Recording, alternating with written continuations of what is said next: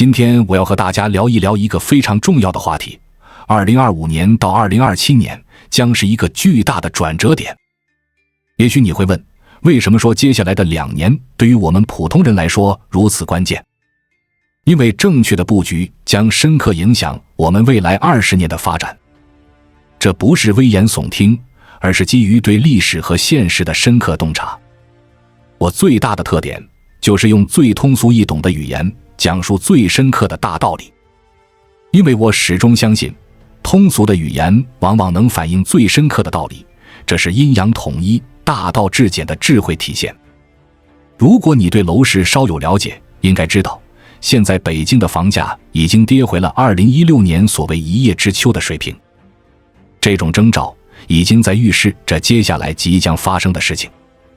楼市的冷却不仅仅是数字的下滑，更是经济环境、社会趋势的一面镜子。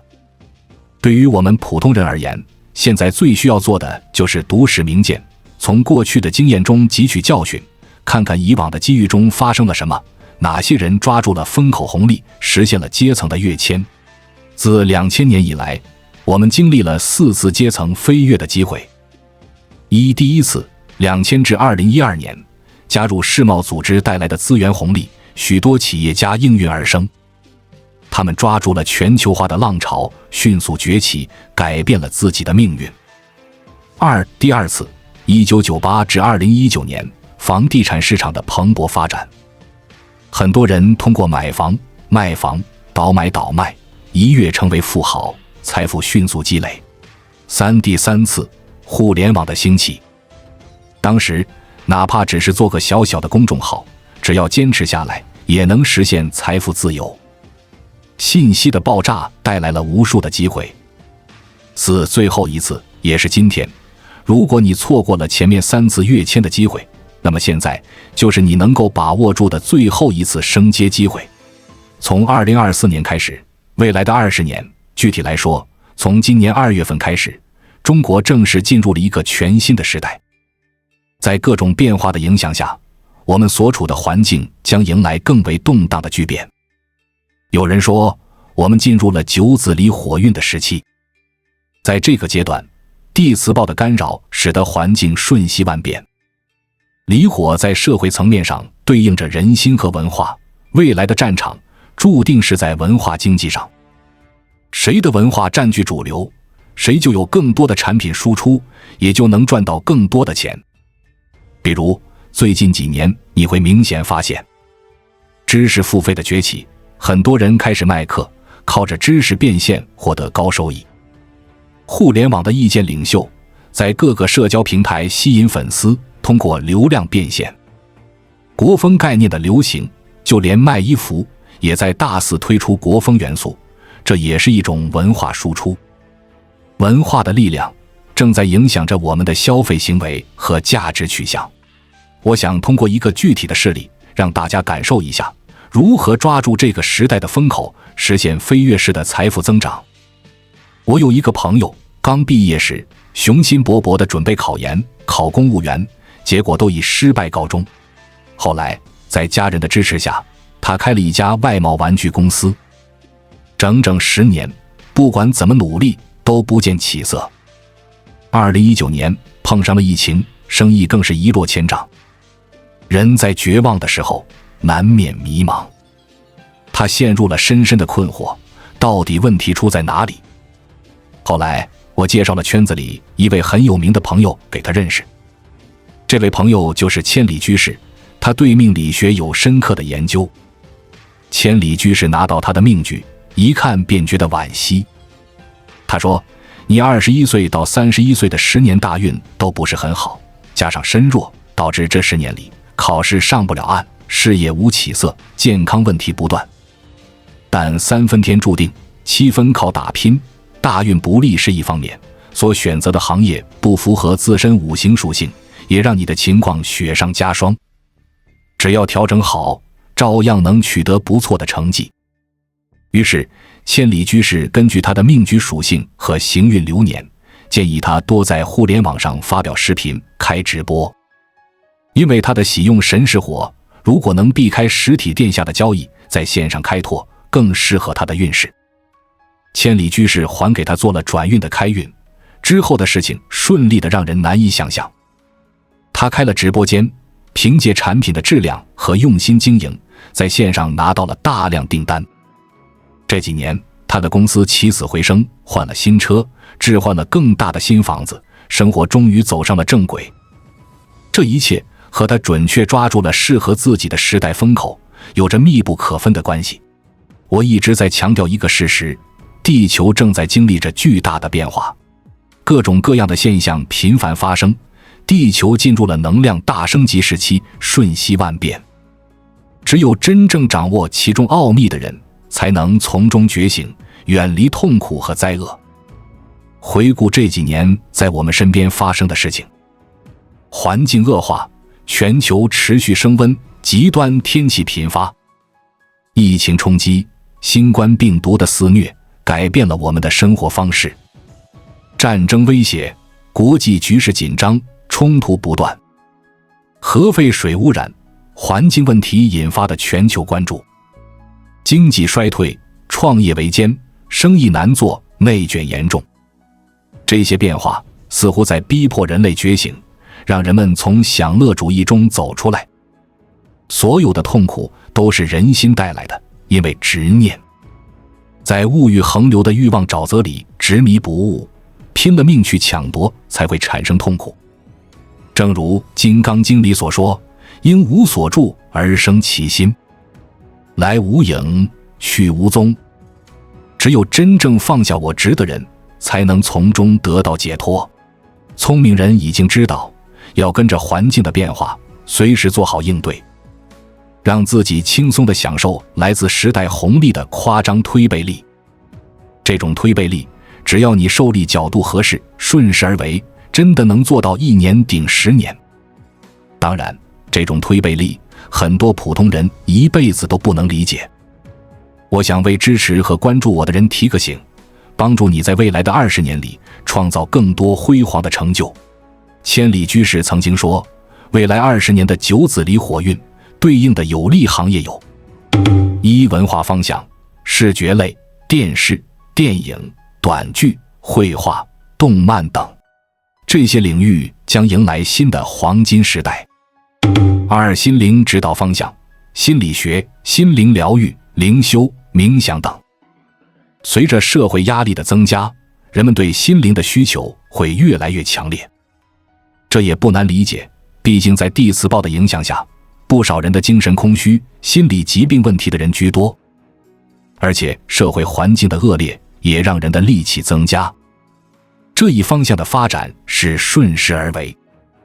当然，也不是所有人都适合做这一行，每个人的八字命局不一样，适合的东西也不一样。这是因材施教，也是具体问题具体分析。只有你在恰当的时机做适合自己的事情，才能最大化地提高你的办事效率，用最小的代价得到最广阔的利益。愚者认命，庸者拼命，智者造命。大多数人认命是因为自己失败了，所以彻底摆烂，认为命该如此，再折腾也没有用。消极的心态导致行动不作为，根本无法转逆境为顺境。在我们进一步探索之前，我们有一个激动人心的消息要告诉大家，我们已经开通会员功能了。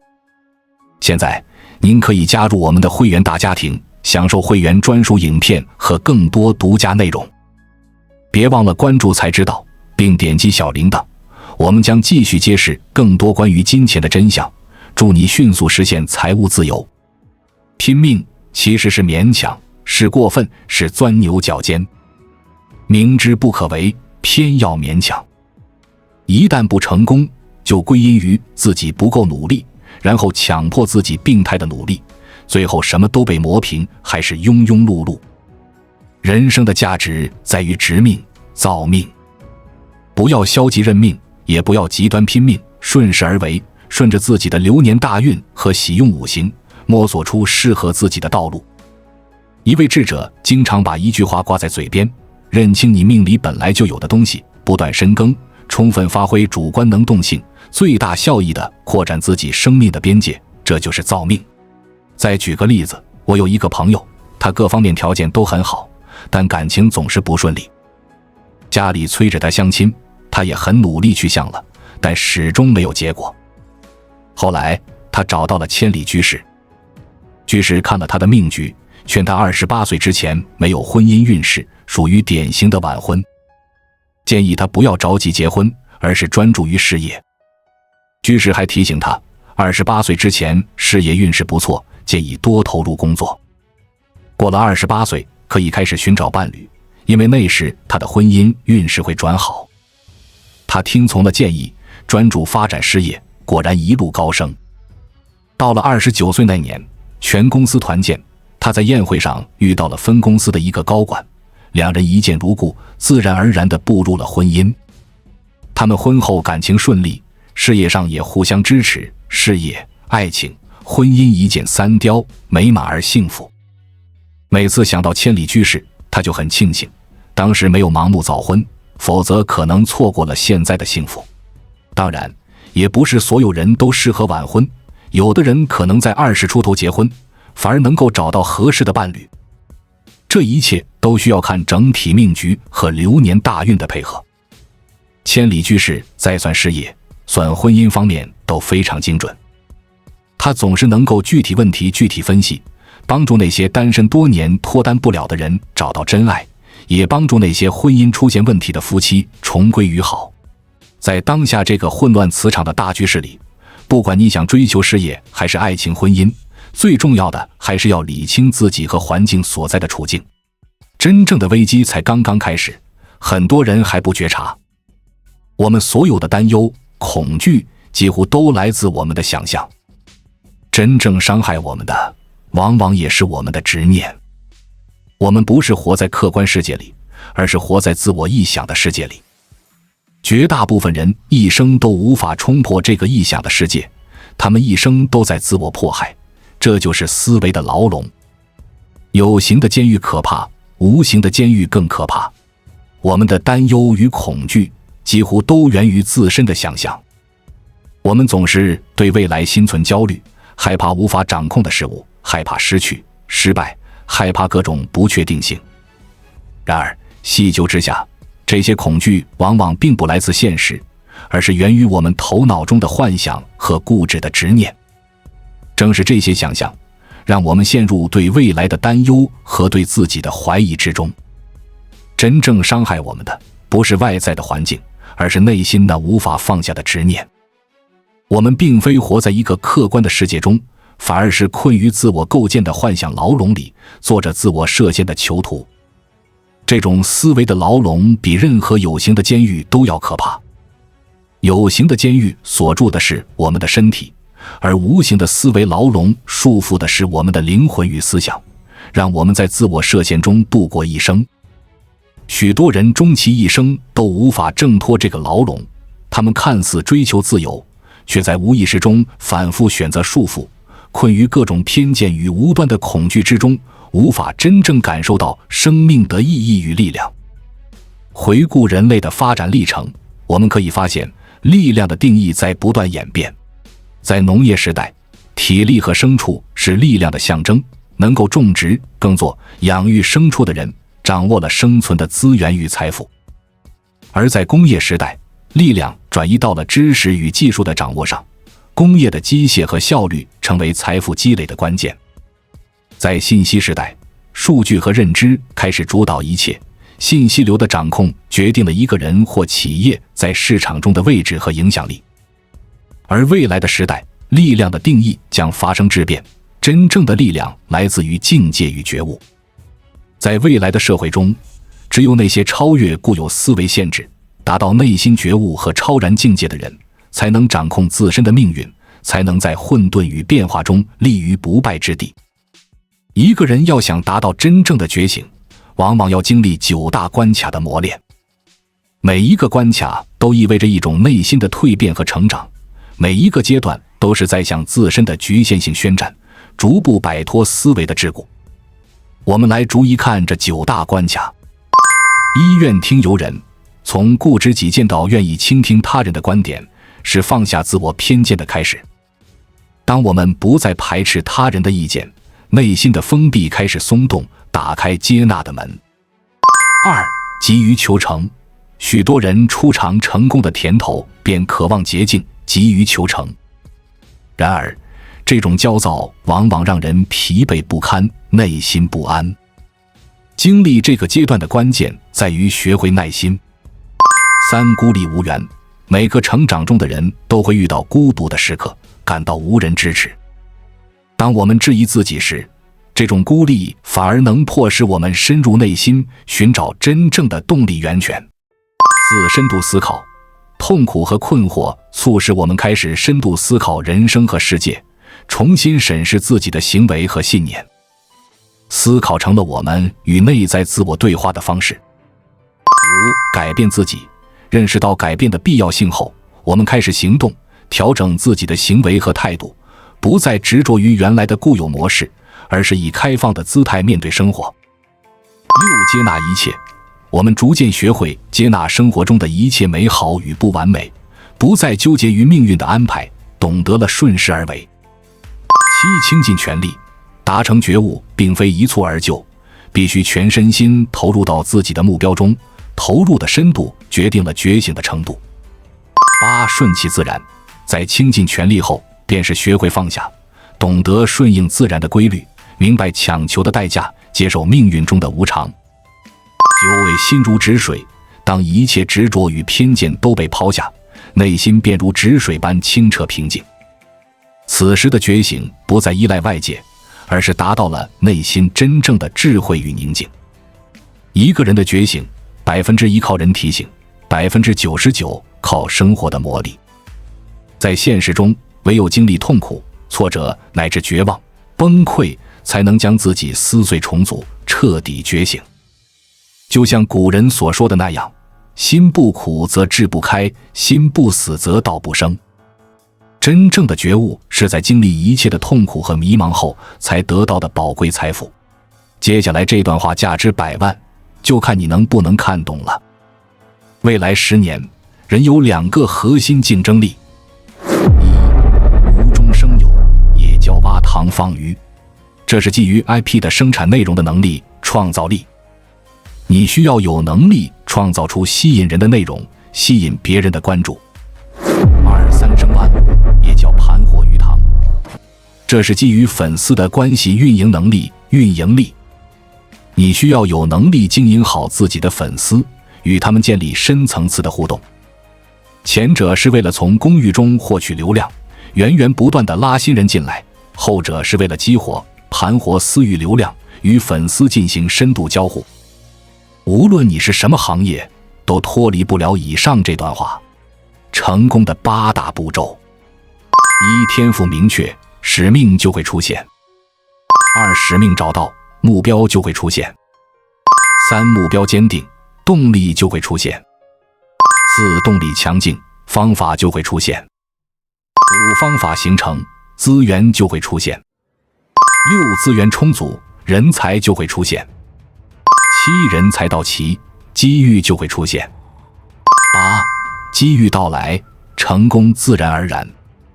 内核才是未来的第一生产力，它包括3大能力：一、反焦虑，牢牢把握自己的核心竞争力，用自己的确定性抵抗世界的不确定性；二、反脆弱，把无常当有常，世界越来越多变，只有抓住事物不变的规律，才能以不变应万变；三、反人性，延迟满足，用更大的欲望来抵御眼前的小诱惑，用更大的目标来取代眼前的小利益。人有远虑，必无近忧。在复杂多变的世界面前，人人都是焦虑的。未来，一个人强大的表现，就是拥有了反焦虑、反脆弱、反人性的能力。重新定义你的角色，开启全新的旅程。作为一名家长，当你不再只去教孩子学东西，而是能从孩子身上学到东西的时候，真正的教育才刚刚开始。作为一名老师，当你不再只是告诉学生答案，而是激发学生思考，并让学生告诉你答案的时候，真正的课堂才刚刚开始。作为一个老板，当你不再只是为了赚钱，而是努力帮助员工实现个人价值的时候，真正的创业才刚刚开始。作为一个商人，当你不再只是追求利润，而是做最极致的产品和服务，帮客户解决问题的时候，真正的生意才刚刚开始。乾隆对纪晓岚说：你枉为大清第一才子，却不明白科举的深意。告诉你，科举既不为选贤任能，也不为教化国民，而在于让读书人囿于八股，好守穷经，用名利二字牢牢拴住他们，使其无暇思索什么真理大道，乖乖为奴，任由驱使。天下英雄入我囊中，则大清江山永兴矣。人生4大错误：一、向糊涂人说了明白话；二、和不靠谱的人做正经的事；三、跟薄情的人讲了真感情；四、面对恶人起了善心。一来二去，很多人都是在自我伤害。你要多久才会发现大树底下无大草？能为你遮风挡雨的，也同样能让你不见天日。顶级人才的8大能力：一、洞察力，一眼看穿事物背后的运行逻辑和本质的能力；二、迭代力，将一件事情持续迭代、打磨，提高天花板的能力；三、执行力，以最快的速度、效率调动一切资源，完成任务的能力；四、闭环力，将一个系统完整、准确地完成的能力；五、反馈力，在合适的时间节点给关键人物反馈的能力；六、学习力，以最快速度学习、适应、接受一个陌生事物的能力；七、组织力，有效连接、调动、组织一切社会资源的能力；八、沟通力，将复杂化繁为简，有效沟通、消除矛盾的能力。如果一个人不能觉察自己的潜意识，就会被潜意识掌控一辈子。某种意义上，我们甚至可以这样理解，你身边的那些人其实都是你的潜意识，他们是你的投射，是你的镜子，呈现了你的内在。你对外界的一切表现，都是你内心压抑的呈现。我们因何而压抑？因为不能真正做自己，活在别人眼里，活在自己塑造的标签里，活在自己的妄念里。外界只是把这些压抑投射了出来。有时我们看似对他人有情绪，其实是对自己无能的愤怒，是对自己无力改变现状的愤怒。因此，当遇到外界的反馈时，我们应该第一时间向内觉察自己，与自己的潜意识沟通。时间久了，就会与自己的潜意识和谐相处。知人者智，自知者明。内观、自省、觉察自己的起心动念是非常好的修行路径。人生最大的悲剧，就是辛辛苦苦大半生攒够了金钱，赚了一大堆航空公司积分，却茫然四顾，不知道该去见谁，也不知道去向何方。人生最大的幸福，就是用自己的奋斗换来一场奔赴，奔赴千里之外，见自己想见的人，朝圣自己向往的地方。我们之所以那么努力，就是为了如果有一天遇见了让你特别向往的心安之地、心安之人，可以有一种说走就走的冲动，来一场千里之外的奔赴。这就是奋斗的意义。世间最美好的事，莫过于双向奔赴。当你做好了准备，那个人刚好出现；当你奋不顾身奔向他，他正敞开怀抱迎接你。你的每一个语无伦次的表达，他都能契合又热烈地回应你。我满腔热忱，你饱含深情；我跨过山海朝你狂奔，你也在披荆斩棘向我而来。如果一个人能够超越人性的弱点，提升自我，那么他的生活将会有质的飞跃。如果一个男人能克制欲望，不再那么好色，这辈子能省去无数麻烦，能多存下很多钱，能提升名声和地位。如果一个女人能淡泊虚荣，不再那么追求表面的浮华，这辈子少踩无数坑，能减少内耗，能升级生命的多个维度。然而现实情况是，多少男人省吃俭用，也要去追求那片刻的刺激，哪怕耗尽自己一生的心血。多少女人搭上青春与身家性命，也要去追求奢侈品、外貌、身材、豪车等，这些外在的东西早已大过天。男人好色，女人虚荣，这或许是人性，也是社会运转的动力之一。绝大部分人的一生就像一场飞蛾扑火，开足了马力往火堆里冲，前仆后继。人类唯一能从历史中吸收的教训就是，人类从未从历史中吸收过教训。无论社会怎么发展，绝大部分人的一生就是一场悲剧，在他人眼里却是喜剧。这个世界就像一个疯人院，凡是活明白的人都是来看笑话的。那么如何才能真正觉悟，活出自我？女人要想开悟，经历几个错误的感情就可以了；男人要想开悟，经历几次大起大落就可以了。女人靠感情悟道，没有什么比感情更让女人刻骨铭心，从而灵魂觉醒。男人靠成败悟道，没有什么比大起大落更能让男人看清人性，看清世界。人一生就是见天地、见众生、见自己的过程。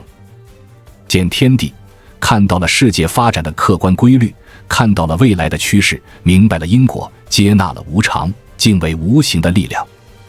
见众生，看透了人性的种种，能理解他人的处境和行为。见自己，看到了自己内心的偏见和顽固，同时也看到了自己的特长、天赋和使命。知人者智，自知者明。能深度看见自己的人，才是真正活明白的人。把自己彻底看透了，就把世界和众生彻底看透了。感谢你看到最后。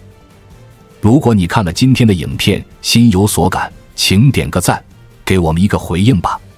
愿你我都能在这个巨变的时代，抓住机遇，顺势而为，活出真正的自己。关注我，我是才知道，带你解锁更多金钱的真相。